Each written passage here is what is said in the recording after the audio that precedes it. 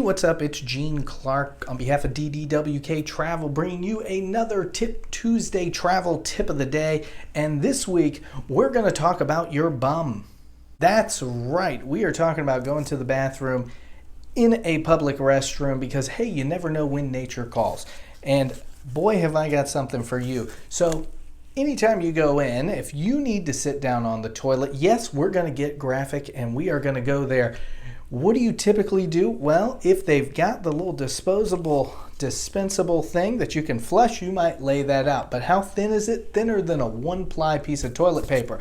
What's your other option? Your other option is to take that one-ply piece of toilet paper and just lay it out on the toilet. Well, we have some travel disposable potty covers. That's right. Is my head coming through? It should.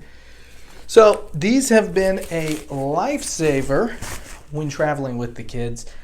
They fit inside our bag. We know, okay, it's time to run.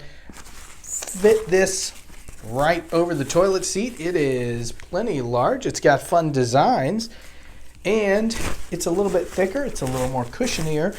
And you know that you don't have to worry about anything on the toilet seat. The one catch to it is they are not flushable, so you just gotta wad them up and then throw them away and you will be good to go.